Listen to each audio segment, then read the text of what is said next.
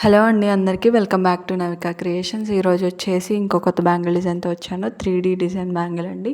ఇది వచ్చేసి episode 12. So చూసేయండి. నేను ఈరోజు మెరూన్ కలర్ థ్రెడ్ తీసుకున్నాను. నేను ఆల్రెడీ బ్యాంగిల్కి థ్రెడ్ ర్యాప్ చేసి ఉంచాను. కుందన్స్ వచ్చేసి ఐ షేప్ కుందన్స్ తీసుకున్నాను. ఐ షేప్ కుందన్ యొక్క size 3x6 mm I shape kundans అండి. ఈ కుందన్స్ నేను ప్లస్ షేప్లో స్టిక్ చేసుకున్నాను. చూడండి, మీకు అర్థమవుతుంది. సో నేను ప్లస్ షేప్లో స్టిక్ చేసుకున్నాను.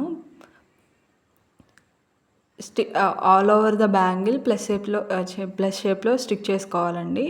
ప్లస్ షేప్లో స్టిక్ చేసుకున్న తర్వాత మనము 3D డిజైన్ బ్యాంగిల్కి అప్లై చేస్తాము.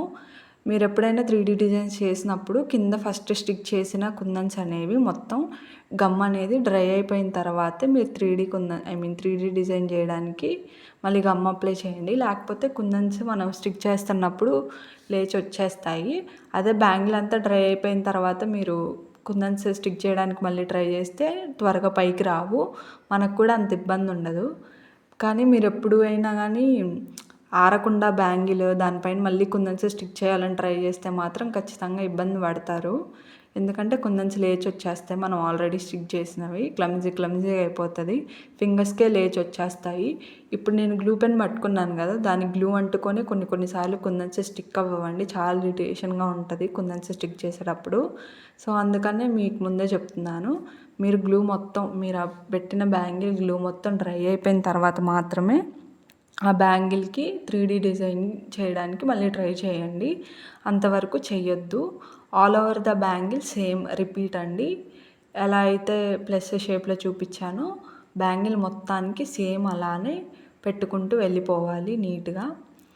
ఎప్పుడైనా కానీ మీకు గమ్ ఇప్పుడు చేసేటప్పుడు బ్యాంగిల్ నీట్గా కనిపించదండి. ఎందుకంటే ఆ వైట్ గమ్ ఇట్లా కనిపించేస్తుంది థ్రెడ్ మీద.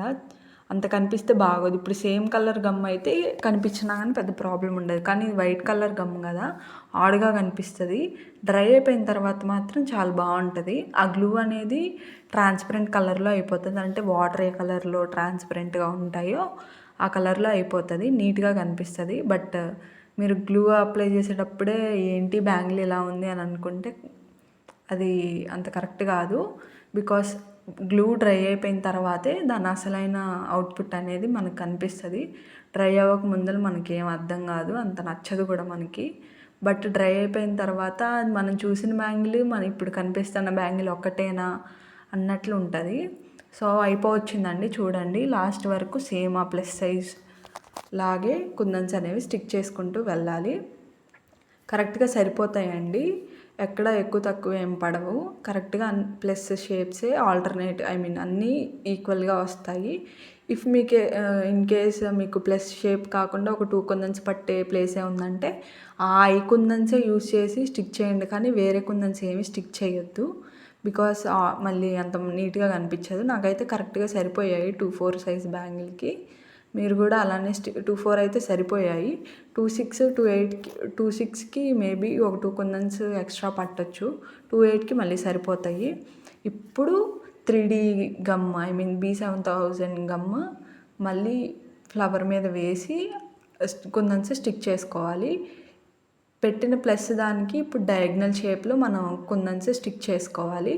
All over the bangle same అలానే స్టిక్ చేసుకోవాలండి.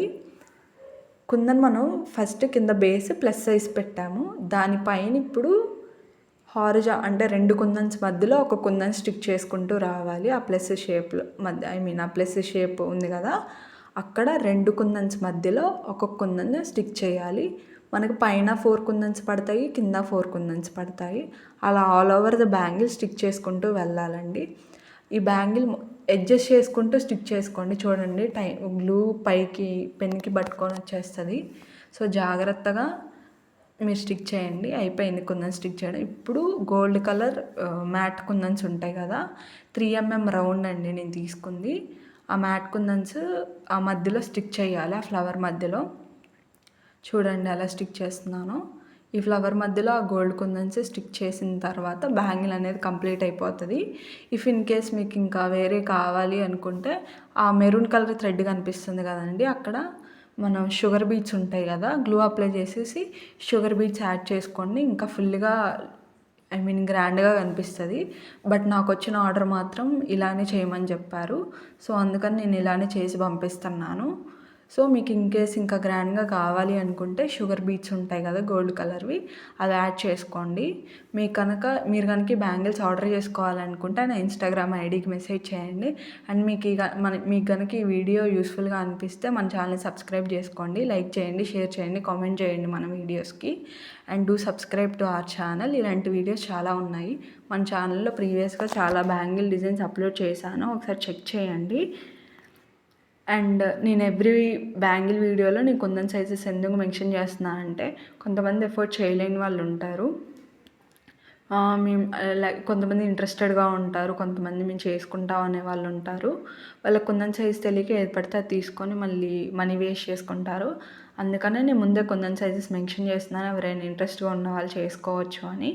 ఇఫ్ ఇన్ కేస్ మీకు రా మెటీరియల్స్ కావాలి అన్నా కానీ నాకు మెసేజ్ చేయండి, నేను రా మెటీరియల్స్ కూడా సెల్ చేస్తాను. Thank you, bye.